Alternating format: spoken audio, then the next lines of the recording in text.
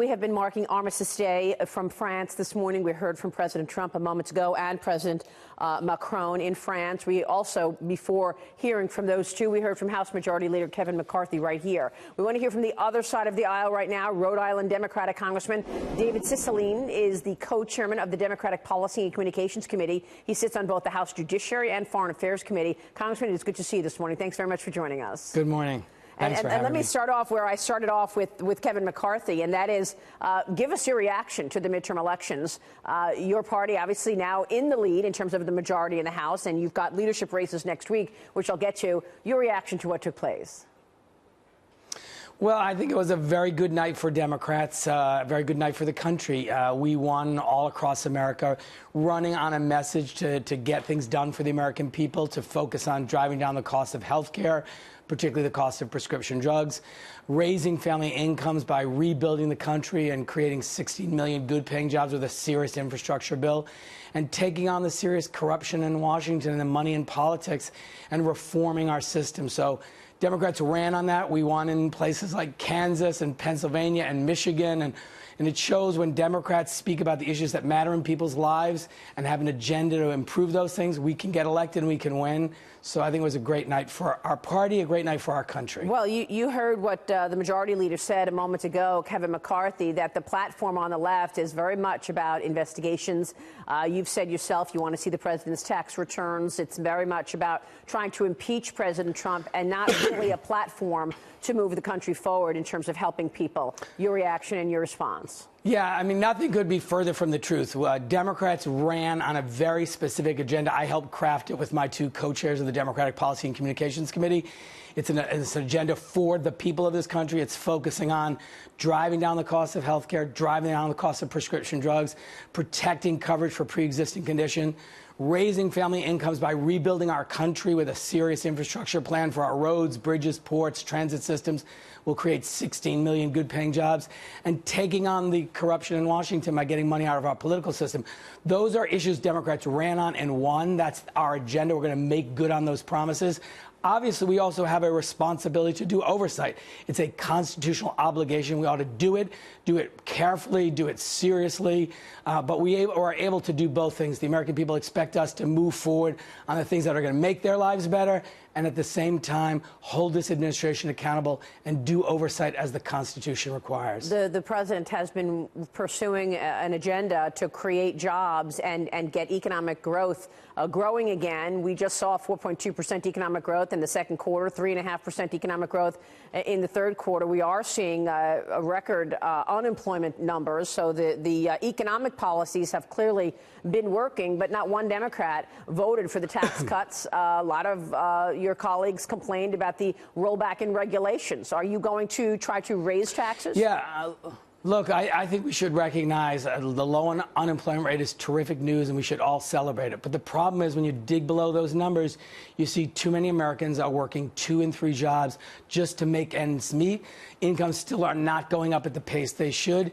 And the fact is that tax cut gave 83% of that tax cut to the top 1%, to the richest people in this country. And now the Republicans are proposing we pay for that by cutting Medicare and Social Security. We can't do that. We've got to protect Social Security and Medicare. We need a tax cut for middle-class families, not 83% of it going to the top 1% richest people in this country and the most powerful corporations. Well, I've got to push back on that because 80% of the tax cut plan did not go to the top 1%. As you know, Congressman, the tax cut plan lowered all income levels and they doubled the standard deduction. So Maria, that's just not true. No, it is true. Maria, that's just not true. An independent outside group said 83% of that tax cut goes to the top 1%, the richest people in this country, the most profitable corporations. Congressman, that's it's just not true. You know it and I know it. Let me ask you this. It is true. Maybe you get there because the corporate rate was cut. Are you saying you want to have That's the corporate... right. That's right. So you want the corporate rate at 35%? Well, so you acknowledge it's right that 83% does go to the top 1%.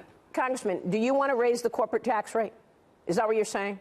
Well, I don't. What I say we have to do is we have to be responsible about that. We created a $2 trillion deficit by giving 83% of a tax cut to the top 1%, and now Republicans are proposing to cut Social Security and Medicare to pay for that. That's not acceptable. Look, I understand that you want to keep with this talking point that is inaccurate. That's fine. No, you can do as you will. But do you? The question is, what are you going to do on taxes? Are you looking to raise taxes? Are you looking to reverse the economic policies of this president? No, what I think we need to do is give a real tax cut to working families, to middle-class families. That's permanent and long-standing, not giving 83% of it to the top 1%. That sounds like what's being worked on right now, tax cuts 2.0. Are you going to vote for that? No, it's not being worked. It's not being worked on right now. The president said it was going to happen 2 weeks ago.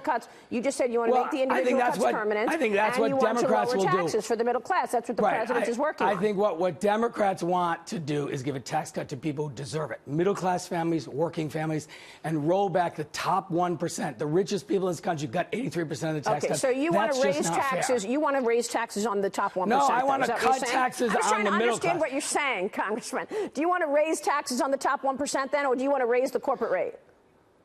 No, I want to make sure that we have a tax code which provides a tax cut to middle-class families. And if that means in order to finance that, you have to roll back what you gave to the richest people in this country, then that's perfectly fine to me. So, yes, you want to raise taxes on the rich then. Do you think that's going to impact economic growth? Isn't that going to lower what we've been seeing in terms of growth? I think the way you have...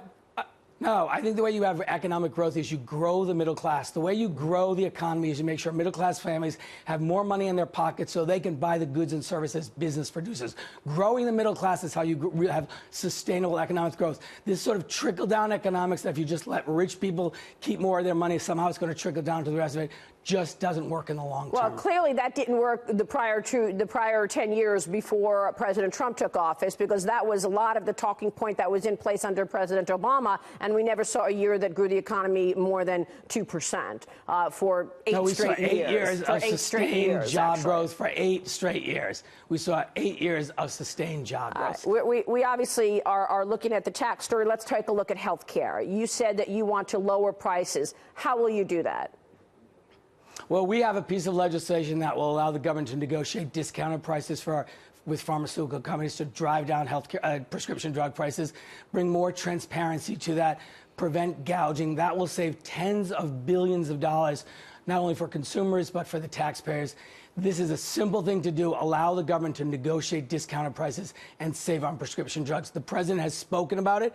He says he's for driving down the cost of prescription drugs. We're going to give him the opportunity to show if he's really serious about that. Let me ask you, Congressman, in terms of the oversight role, because you're going to have a very key role in terms of oversight, being a member of the Judiciary Committee, obviously, and looking at some of this oversight investigations that you mentioned. You want to see the president's tax returns. We know that the Senate the majority in the Senate is Republican. Is this going to be just a big waste of time, given the fact that we know that you're going to need 2/3 of a vote in the Senate, 67 votes in the Senate to get anything passed? And so are you just going to be lots of bluster in the next 2 years about investigate this and investigate that, but when we know these investigations aren't going anywhere if they don't have merit?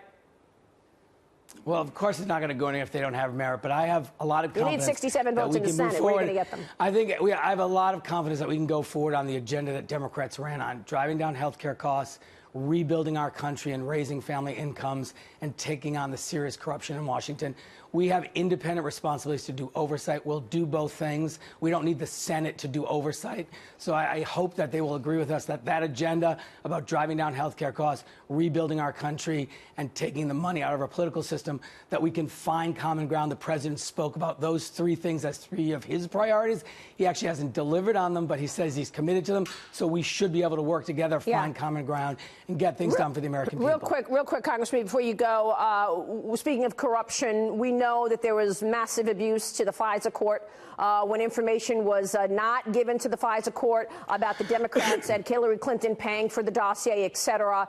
There has been this investigation in the Judiciary Committee, your committee, as you know. Bob Goodlatte leading the investigation of Andrew McCabe, Peter Strzok, Lisa Page, Bruce Orr. Are you going to drop that investigation now, or are you going to pursue the truth there? Well, let me correct correct you, Maria. There has not been massive abuse in the FISA court. There's Really? no evidence of any abuse Are you saying whatsoever. Are you saying but that we're they did not withhold information? Did they We're not gonna be withhold sure. information to the FISA judge in I am terms saying of who there's paid for the been dossier? Is that no what you're saying? abuse of the FISA court. Absolutely no abuse of the FISA court. We're going to be happy to do oversight on all the appropriate areas.